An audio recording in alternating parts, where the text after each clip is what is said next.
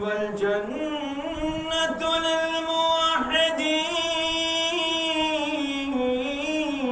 للموحدين والنار للعاصين والصلاة والسلام على أشرف الأنبياء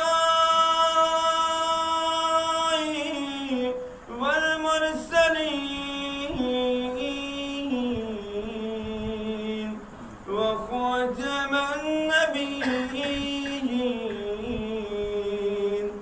ومولانا مولى الثقلين جد الحسن والحسين أبي القاسم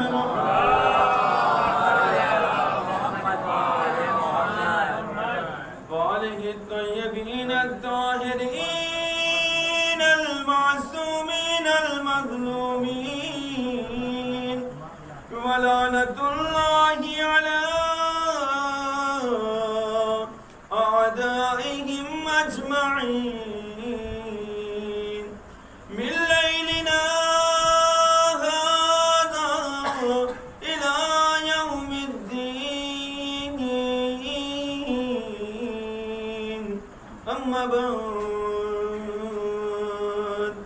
بسم الله الرحمن الرحيم رب اشرح لي صدري ويسر لي أمري واحلل عقدة من لساني يفقه قولي وقال إمامنا سيد الشهداء أبا عبد الله الحسين عليه السلام إن شيعتنا من سلمت قلوبهم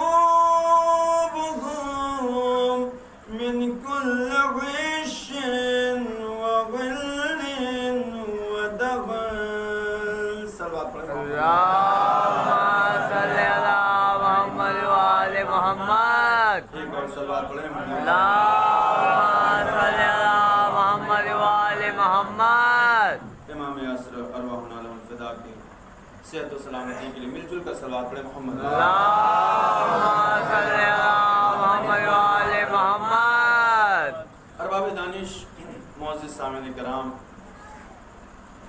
مولا امام حسین علیہ السلام کے غم میں مسلسل مصروف رہنے والے حضرات خصوصی طور پر جناب زہرا سلام اللہ علیہ کی نظر عنایتوں اور ان کی توجہات کا مرکز قرار پانے والے خصوصی طور پر وہ افراد کہ جن پر شہزادی کونین حضرت فاطمہ زہرا سلام اللهم صل على محمد وآل محمد مسلسل نظر عنایتیں ہیں اور امام عصر کی خاص توجہات کا مرکز. عزیزان گرامی، میں نے جس حدیث مبارکہ کو سرنامہ سخن قرار دیا ہے مولا امام حسین علیہ السلام کے فرمودات میں سے محمد وآل محمد ایک جز ہے، ایک ٹکڑا ہے کہ جس میں مولا امام حسین نے فرمایا کہ اِنَّ شِیعَتَنَا مَنْ سَلِمَتْ قُلُوبُهُمْ مِنْ كُلِّ غِشٍّ وَغِلٍّ وَدَغَلٍ. بے شک ہمارا شیعہ وہ ہے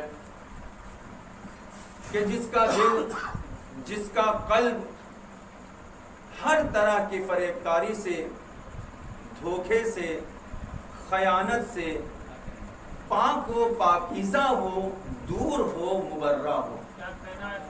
امام کی نظر میں شیعہ اسے کہا جاتا ہے کہ جس کے اندر خیانت نہ پائی جاتی ہو، ریاکاری نہ ہو، دھوکہ نہ ہو، کسی کو پریشان کرنا نہ ہو، بلکہ امام کی نظر میں شیعہ حقیقی معنوں میں وہ ہے کہ جس کے اندر صحیح معنوں میں امانت داری پائی جاتی ہو۔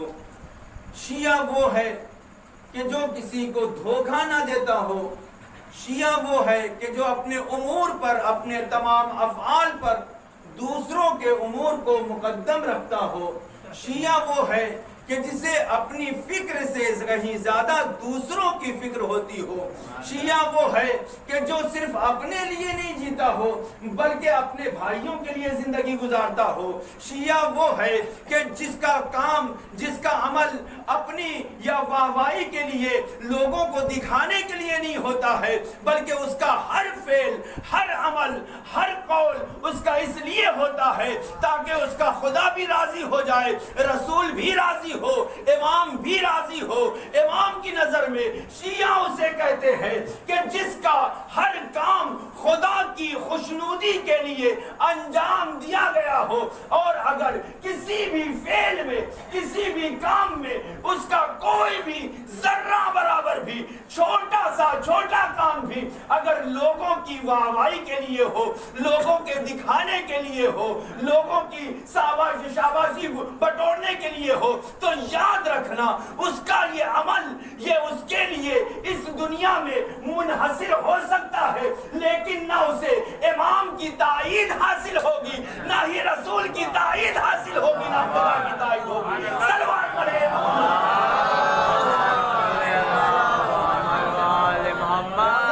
فرمایا کہ میرا شیعہ وہ ہے، اور خود امام نے شیعہ کی تعریف کرتے ہوئے فرمایا کہ دیکھو ہمارا شیعہ وہ ہے۔ امام نے یہ نہیں کہا کہ میرا، صرف میرا شیعہ نہیں، ہمارا شیعہ، یعنی ہم ائمہ طاہرین کا شیعہ اگر تم دیکھنا چاہتے ہو تو اس کیٹیگری کا ہونا چاہیے، اس عنوان کا ہونا چاہیے، اس میں یہ خصوصیات پائی جانی چاہیے، اور اگر اس میں یہ خصوصیات نہیں ہے تو یاد رکھنا وہ دعویٰ تو کر رہا ہے شیعہ ہونے کا، لیکن حقیقی معنوں میں شیعہ نہیں ہے۔ دیکھیں شیعہ ہونا ایک الگ چیز ہے، دعویٰ کر لینا یہ ایک الگ مرحلہ ہے، دوستی کا دم بھرنا یہ ایک الگ مرحلہ ہے، لیکن سامنے والا بھی ہمیں اپنا دوست کہے یہ الگ مرحلہ ہے۔ دوستی اس وقت تک پائیدار نہیں ہوتی ہے، مستحکم نہیں ہوتی ہے کہ جب تک خود سامنے والا اس چیز کا اقرار نہ کر لے کہ یہ بھی میرا دوست ہے، میں بھی اسے چاہتا ہوں۔ اہل بیت ہم سے ایسی ہی محبت کو چاہتے ہیں کہ دیکھو جتنی محبت ہم تم سے کرتے ہیں اتنی تمہاری طرف سے ہونا چاہیے، بلکہ جتنا دعویٰ تمہاری طرف سے ہے اتنا ہماری طرف سے بھی ہونا چاہیے۔ صلوات پڑھے محمد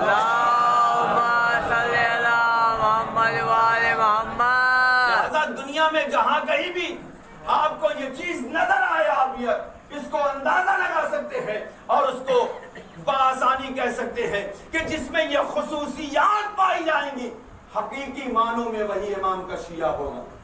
اور حدیث آگے بڑھتی ہے، امام حسن عسکری علیہ الصلوۃ والسلام کسی نے پوچھا مولا آپ بتائیے، مولا آپ بتائیے کہ آپ کے شیعوں کی نشانیاں کیا ہیں، ان کی خصوصیات کیا ہیں، توجہ چاہتا ہوں۔ امام سے پوچھا، امام نے فرمایا کہ اگر تم مجھ سے جاننا چاہتے ہو کہ میرا شیعہ کسے کہتے ہیں، میرا چاہنے والا کسے کہتے ہیں، تو یاد رکھنا سب سے پہلی شرط یہ ہے کہ وہ اگر میرا شیعہ ہے تو وہ نماز کا پابند ہوگا۔ توجہ چاہتا ہوں عزیزوں، نماز کا پابند ہوگا، اور اگر وہ میرے شیعہ ہونے کا دعویٰ کرے اور نماز سے دور ہو تو یاد رکھنا اس روئے زمین پر اس سے بڑا جھوٹا کوئی اور نہیں ہو سکتا ہے. صلوات پڑھے کیونکہ اگر نماز کا عادی نہیں ہے تو وہ میرا شیعہ نہیں ہے. نماز کا عادی ہے اگر اور اگر اس کا پابند ہے تو اسے شیعہ ہونے کا حق ہے اور اسے حق حاصل ہوتا ہے. امام نے فرمایا کہ دیکھو پہلی شرط یہ ہے کہ وہ نماز کا پابند ہو, پابندی سے نماز پڑھتا ہو. حدیث آگے بڑھتی ہے. سامنے والے نے پوچھا مولا کیا صرف نماز کا پابند ہونا یہ شیعہ ہونے کی علامت ہے, یہ شیعہ ہونے کی نشانی ہے؟ امام مسکرائے. مسکرانے کے بعد امام فرماتے ہیں کہا دیکھو صرف نماز کا پابند ہونا کافی نہیں ہے بلکہ اول وقت پر جو نماز پڑھتا نظر آئے اسے تم میرا شیعہ کہنا. صلوات پڑھے وہ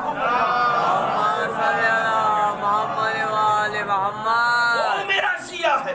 اور پھر اس کے بعد امام فرماتے ہیں تم کیا جانو کہ میرا شیعہ کیا ہے. توجہ چاہتا ہوں, جس منزل پر لے کر آنا تھا. تمہیں کیا پتا کہ میرے شیعہ کسے کہتے ہیں, وہ کون لوگ ہوتے ہیں؟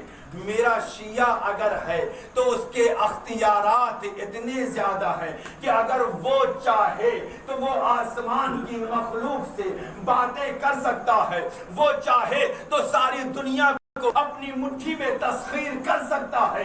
اگر میرا شیعہ چاہے تو جس چیز کو وہ چاہتا ہے اسے حاصل کر سکتا ہے. کیوں؟ اس لیے کہ اس کا کوئی بھی کام اس کے علاوہ نہیں ہوتا ہے کہ اس میں خدا کی مرضی شامل ہوتی ہے, رسول کی مرضی شامل ہوتی ہے. جس کام میں بھی خدا اور رسول کی رضایت ہو اس کام کی اجابت میں دیر نہیں لگتی ہے. صلوات پڑھے اس کے اختیارات بہت زیادہ ہے اور وہ اگر چاہ جائے تو پوری کائنات کو اپنی مٹھیوں میں تسخیر کر سکتا ہے. وہ اگر چاہ جائے تو اس کے قدموں میں آسمان آ سکتا ہے. وہ اگر چاہ جائے تو وہ ساری دنیا کو اپنا مسحور بنا سکتا ہے اور اپنا زیر اختیار بنا سکتا ہے, کیونکہ اس کے اختیارات میں خدا نے ان تمام چیزوں کو رکھا ہے کہ وہ جو چیزیں ہمارے اختیارات رکھی ہیں. میں بڑی ذمہ داری سے اس حدیث کو یہاں پیش کر رہا ہوں. امام فرماتے ہیں تمہیں پتا ہے اس لیے کہ کیونکہ خداوند متعال نے ہمیں جس نور سے خلق کیا ہے. توجہ چاہتا ہوں میرے عزیز اور دوستوں, میں اپنے جوانوں سے مخاطب ہوں کہ خداوند متعال نے ہمیں جس نور سے خلق کیا ہے, کاش تمہیں یہ پتا ہوتا کہ ہمارا شیعہ وہ ہے کہ جو اسی نور کی کرنیں ہیں, وہ اسی نور کی کرن ہے. جیسے نور کی روشنی ہوتی ہے ویسے ہی کرنوں کی روشنی ہوتی ہے. کرنیں یہ نہیں دیکھتی ہے کہ کہاں روشنی پہنچانا ہے, کرنوں کا کام ہے روشنی پہنچانا, لوگوں کو فائدہ پہنچانا. اب اگر میرا شیعہ ہے تو پوری کائنات کو اس کے وجود سے صرف فائدہ ہی فائدہ ہوگا.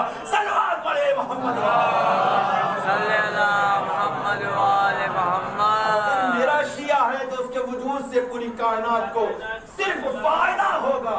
اس کا وجود ایسا وجود ہوگا کہ جو معطر ہوگا, خوشبو کنندہ ہوگا, خوشبو بکھیر رہا ہوگا. وہ جہاں سے گزرتا ہوگا وہاں سے خوشبو آتی ہوگی, نور کی کرنیں پھوٹتی ہوگی اور اس کا وجود تعفن آمیز نہیں ہوتا ہے. کیونکہ جس کے وجود سے تعفن آ جائے اور لوگ اس کے وجود سے دور بھاگنے لگے تو یاد رکھنا نہ وہ میرا محب ہے نہ ہی وہ میرا شیعہ ہے. صلوات پڑھے محمد امام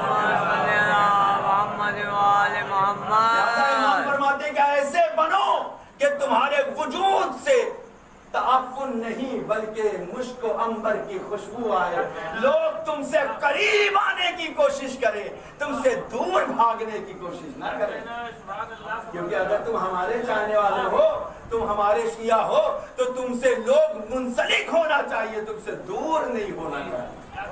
تمہارے وجود سے لوگوں کو فائدہ حاصل ہونا چاہیے. اور یاد رکھو یہی وجہ ہے کہ پروردگار متعال نے جناب عیسیٰ کو مبارک کہہ کر یاد کیا قرآن مجید میں کہ جناب عیسیٰ کا وجود مبارک ہے، جناب عیسیٰ کا وجود مبارک ہے۔ کسی نے پیغمبر اسلام صلی اللہ علیہ وآلہ وسلم سوال کیا کہ اللہ کے رسول آپ بتائیں کہ جناب عیسیٰ روح اللہ کس طریقے سے لوگوں کے لیے مبارک قرار پائے، کہ خداوند عالم خود فرماتا ہے کہ جناب عیسیٰ کا وجود مبارک ہے، مبارک۔ اللہ کے رسول آپ فرما دیجئے کہ مبارک کہتے کسے ہیں؟ توجہ چاہتا ہوں میرا دل۔ پیغمبر اسلام نے فرمایا، جانتے ہو جناب عیسیٰ کو مبارک کیوں کہا جاتا تھا؟ پروردگار عالم نے مبارک کیوں کہہ کے یاد کیا؟ ان کا لقب مبارک کیوں پڑا؟ اس کی وجہ یہ ہے کہ عیسیٰ صرف اپنے لیے نہیں جیتے تھے بلکہ اپنے سے زیادہ دوسروں کے لیے جیا کرتے تھے۔ صلوات پڑھیں محمد عیسیٰ کا وجود صرف اپنے لیے مخصوص نہیں تھا بلکہ دوسروں کے لیے تھا۔ عالم یہ تھا کہ نہ وہ رات کو رات سمجھتے تھے نہ دن کو دن سمجھا کرتے تھے۔ جب کسی کی کوئی بھی حاجت ہوتی تھی تو اس کی حاجت روائی کے لیے دوڑ پڑتے تھے، اور کوئی ایسا ایک شخص جناب عیسیٰ کے زمانے میں تم مثال پیش نہیں کر سکتے کہ جس کو جناب عیسیٰ کے وجود سے ذرہ برابر بھی تکلیف ہوئی ہو، کیونکہ ہر ایک کو جناب عیسیٰ سے صرف فائدہ ہی فائدہ حاصل ہوا۔ امام فرماتے ہیں تم اگر اپنی زندگی کو اس طرح مبارک قرار دو گے تو یاد رکھنا خداوند عالم تمہیں بھی مبارک قرار دے گا اور تمہارے وجود کو بھی بابرکت قرار دے گا، کیونکہ جب تمہارا وجود بابرکت ہوگا تو جس جگہ پر تمہارا وجود ہوگا وہاں پر خدا کی برکتوں کا نزول ہوگا۔ امام سے سوال کیا، مولا برکتوں کا نزول یعنی کیا مطلب، اس کا مفہوم کیا ہے؟ امام فرماتے ہیں کہ برکتوں کا نزول یعنی خدا کی رحمتوں کا نزول۔ کسی نے سوال کیا مولا رحمت کے نزول کا معنی کیا ہوتا ہے؟ امام فرماتے ہیں خدا کی رحمتوں کا نزول یعنی فرشتوں کا آنا جانا۔ جس جگہ پر خدا کے فرشتے آتے جاتے ہو وہاں پر صرف خدا کی رحمت ہوتی ہے، وہاں پر برکت ہوتی ہے۔ جہاں پہ خدا کی رحمتیں ہو، خدا کی برکتیں ہو، اب وہاں پر کوئی حزن نہیں ہوتا ہے، کوئی ملال نہیں ہوتا ہے، کوئی نہیں ہوتا، کوئی پریشانی نہیں ہوتی ہے۔ صلوات پڑھے محمد۔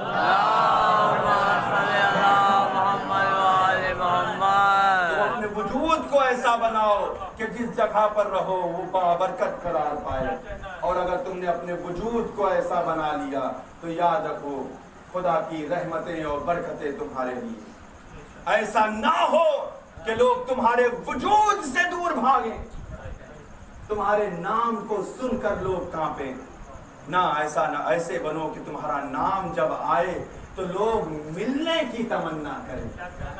تمہارا وجود ایسا ہو کہ لوگ ملنے کی خواہش ظاہر کریں، جب تک زندہ رہو ملنے کی آرزو ہو، اور جب مر جاؤ تو تمہارے بارے میں افسوس ہو کہ کاش وہ ہمارے ساتھ رہتا۔ تمہاری زندگی اس پھول کے مانند ہونا چاہیے کہ جس کا کام ہے صرف خوشبوؤں کو بکھیرنا۔ یہ نہ دیکھو کہ تمہارے نیچے کتنے کانٹے ہیں، یہ دیکھو کہ تمہارے وجود سے جو خوشبو نکل رہی ہے اس سے لوگوں کو فائدہ ہو رہا ہے کہ نہیں ہو رہا ہے۔ اور اگر تم نے اپنے وجود کو اس طرح سے بنا لیا تو یقینی معنوں میں اور حقیقی معنوں میں تم نے دنیا کو بھی فتح یاب کر لیا اور آخرت کو بھی فتح یاب کر لیا۔ تم یہاں پر بھی کامیاب ہو، وہاں پر بھی کامیاب، کیونکہ امام کا چاہنے والا، ادنا سا امام کا شیعہ امام کا چاہنے والا اگر ہے تو اس کے اندر دو صفتیں برابر سے پائی جائیں گی، ایک صفت حق الناس اور ایک صفت حق اللہ۔ جتنا حق اللہ ہے اتنا ہی حق الناس۔ حق اللہ یہ ہے کہ خدا کی عبادت کی جائے، حق الناس یہ ہے کہ لوگوں کو بھی خیال رکھا جائے، کیونکہ یہ بھی عبادت خدا ہے۔ ان لوگوں میں سب سے پہلے اپنے گھر والوں کا خیال رکھا جائے، اپنے اہل خاندان کا خیال رکھا جائے، پھر اس کے بعد اپنے محلے والے پڑوس والوں کا خیال رکھا جائے، پھر کہیں دوسروں کا نمبر آتا ہے۔ ایسا نہ ہو کہ تمہاری سخاوت کے چرچے تو پوری دنیا میں منتشر ہو گئے ہو، لیکن تمہارے پڑوس میں رہنے والا وہ بھوکا مر رہا ہو، اس کی ضرورتیں پوری نہ ہو رہی ہو، پھر ایسی سخاوت سے اسے نہ خدا کو کوئی فائدہ ہے نہ ہی رسول کو کوئی فائدہ ہو سکتا ہے۔ صلوات پڑھیں محمد نعرے حیدری، حیدری، نعرے صلوات۔ تمہاری ایسی سخاوت سے کسی کو کوئی فائدہ ہونے والا، ایسی سخاوت رکھو کہ تمہارے گھر والے تمہاری شکایت نہ کرتے نظر آئے، ایسی سخاوت ہو، ایسی مدد ہو، ایسی ہمدردی ہو، تمہارا پڑوس والا جو ہے وہ کہیں بھوکا نہ سونے پائے۔ ایسا نہ ہو کہ وہ ٹھنڈی کے عالم میں وہ ٹھٹر کر مر جائے، تمہیں خبر بھی نہ ہو، کیونکہ پہلا حق اگر حق الناس کا ہے تو اس کا ہوتا ہے۔ لیکن آج کا زمانہ کیا ہے؟ زمانہ تو یہی ہے، لیٹسٹ زمانہ جو چل رہا ہے وہ کیا ہے کہ مولانا نے، میں آپ تو خیر مجھ سے بہت بہتر ہے ماشاءاللہ سے، مولانا نے کہیں سے مثال کے طور پر کمبل امبل یا کچھ مل گیا لائے بانٹنے کے لیے، تو بٹے گا بعد میں فیس بک اور واٹس ایپ کے ذریعے سے پوری دنیا میں پہلے منتشر ہو جائے گا، پوری دنیا کو خبر ہو گئی کہ مولانا نے بانٹا۔ لیکن صحیح معنوں میں مولانا کے گھر کے بغل میں جو گھر تھا بیچارہ رات بھر ٹھنڈی سے ٹھٹھرتا رہا، صبح میں لوگ جب اس کے دروازے پہ گئے تو وہ ٹھنڈی سے مر چکا تھا۔ ایسی سخاوت سے کیا فائدہ، ایسے دکھاوے سے کیا فائدہ، کیونکہ اس میں خلوص نہیں ہے۔ اگر خلوص پایا جاتا تو وہ خدا کے لیے ہوتا، اور جو کام خدا کے لیے ہوتا ہے تو اس میں خدا برکتیں نازل کرتا ہے، ذلتیں نہیں ہوا کرتی۔ صلوات پڑھیں محمد۔ وجود کو ایسا بناؤ کہ قابل رحم ہو۔ ارحم ترحم، لوگوں پہ رحم کرو تاکہ تم رحم کی امید رکھ سکو۔ پیغمبر اسلام کی مشہور و معروف حدیث ارحم ترحم، جیسا تم لوگوں پہ رحم کرو گے ویسا ہی تمہارے ساتھ رحم کیا جائے گا، اس سے زیادہ کی امید نہ رکھو۔ ظلم کرتے رہے زندگی بھر اور پھر خدا سے یہ امید ہے کہ وہ ہماری مغفرت کر دے، گناہ پر گناہ ہم کرتے رہے لیکن خدا سے یہ امید کہ وہ ہمارے گناہوں کو معاف کر دے۔ یقیناً وہ غفور الرحیم ہے، لیکن ہم نے حق الناس کا خیال رکھا، ہم نے لوگوں کا خیال رکھا۔ اگر خیال نہیں رکھا ہے تو پروردگار متعال یہ سوال کرنے کا حق رکھتا ہے کہ کیا میری مخلوق اس لائق نہ تھی کہ تو اس پر رحم کرتا، اس کی ضرورتوں کو پوری کرتا؟ اگر تو نے میری مخلوق کی ضرورتوں کو پورا نہیں کیا ہے تو پھر تجھے کیسے حق حاصل ہوتا ہے کہ تو مجھ سے سوال کرے، تو مجھ سے مغفرت کی امید رکھے، تو مجھ سے یہ امید رکھے کہ میں تجھ پر رحم کروں جب تو نے خود کسی پہ رحم نہیں کیا۔ چھٹے امام فرماتے ہیں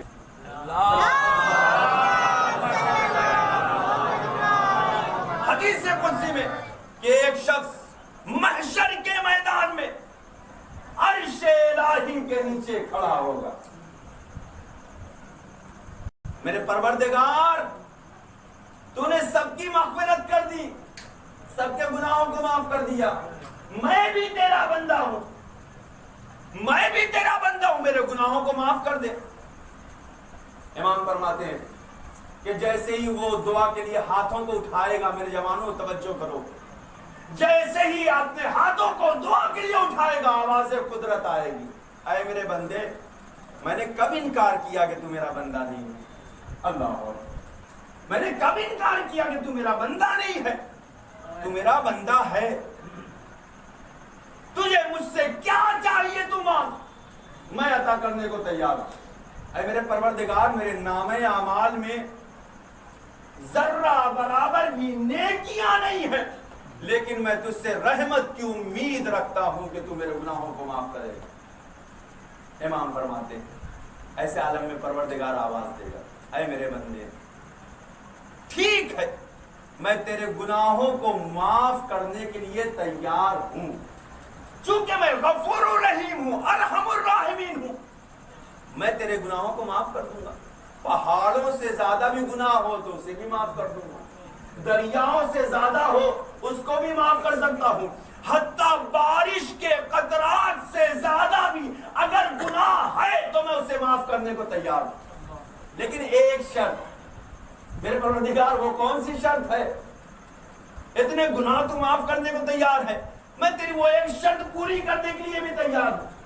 آواز قدرت آئے گی، جا کوئی ایک مثال لے کر آ کہ تو نے کسی بھی ایک مخلوق پر رحم کیا ہو۔ اللہ اکبر، پروردگار کیسے ممکن ہے؟ محشر کا میدان، جائے عمل نہیں ہے، دنیا نہیں ہے، جہاں میں نے تجھے سارے اختیارات دیے، تو اپنی پوری زندگی کو کھنگال اور دیکھ، اگر کوئی ایک مثال بھی مل جائے تو لے کر آ۔ وہ پوری زندگی کو دیکھے گا، بچپنے سے لے کر جوانی تک، جوانی سے لے کر بڑھاپے تک، بڑھاپی سے لے کر مرگ کے وقت تک، موت کے وقت تک کا سارے اوقات پر نگاہ رکھ دوڑائے گا، ہر طرف نگاہ دوڑائے گا، لیکن کوئی چیز نظر نہیں جائے گی۔ آواز دے گا، میرے پروردگار صرف گناہوں کے علاوہ کچھ نہیں نظر آ رہا ہے۔ توجہ میرے دوستو، میرے عزیزو، آواز قدرت آئے گی، جہاں میں تیرے سارے گناہ کو معاف کرتا ہوں، لیکن صرف تو ایک گوریے کی بھی اگر مثال لے آ کہ جس پر تو نے رحم کیا ہو یا ہمدردی سے پیش آیا ہو، تو میں اس گوریے کے تصدق میں تیرے سارے گناہوں کو معاف کر دوں گا، حتیٰ اگر تیرے گناہ بارش کے قطرات کے مانند ہی کیوں نہ ہو۔ صلوات پڑھے محمد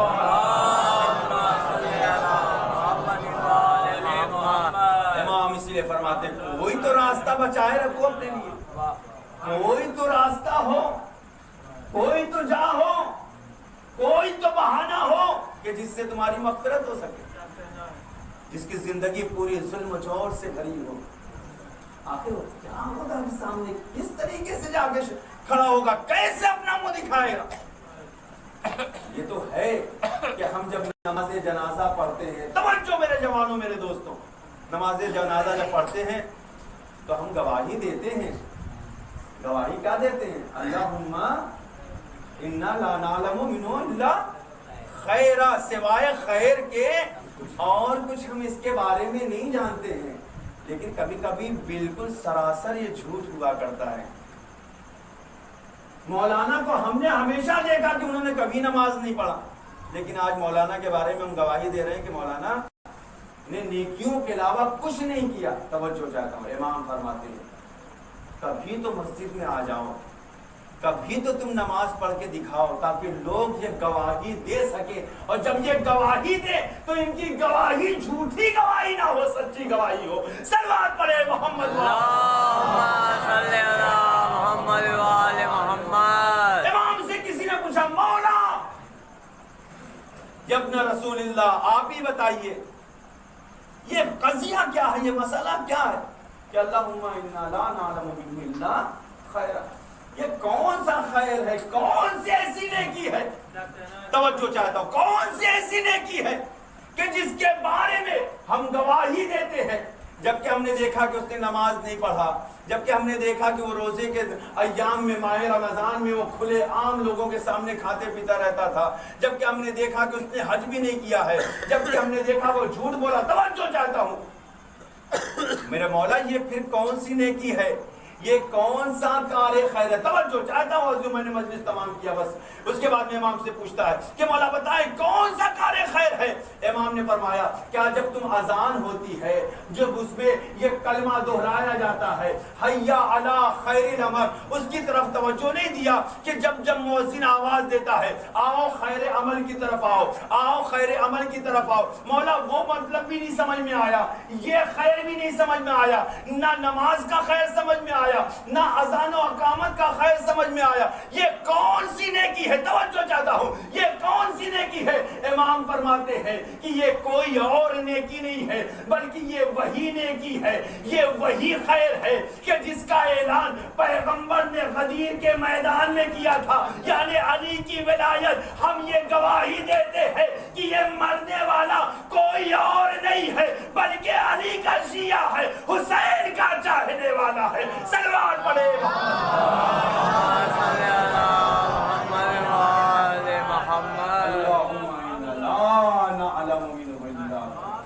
سوائے نیکی جس کے ہم کچھ نہیں جانتے، وہ اس کی نیکی یہ ہے کہ وہ اہل بیت اطہار کا چاہنے والا ہے، اہل بیت اطہار کا محب.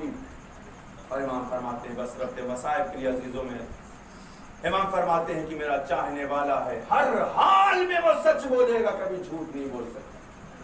بس میں مجلس تمام کر دیا. کبھی اس کی زبان پر جھوٹ نہیں ہوگا، دروغ نہیں ہوگا، کبھی بھی سچ کے دامن کو نہیں چھوڑے گا، کیونکہ اس نے وعدہ کیا ہے یا ایھا الذین آمنوا اتقوا اللہ وکونوا مع الصادقین. صادقین کے ساتھ رہنے والا یعنی معصومین جو کہ سب سے سچے ہیں روئے زمین پر، ان کے ساتھ رہنے والا صرف سچا ہی رہ سکتا ہے، جھوٹے کا گزر نہیں ہوتا ہے. صلوات پڑھے محمد محمد. یہ امام کا چاہنے والا ہے کہ جو صادقین کے ساتھ.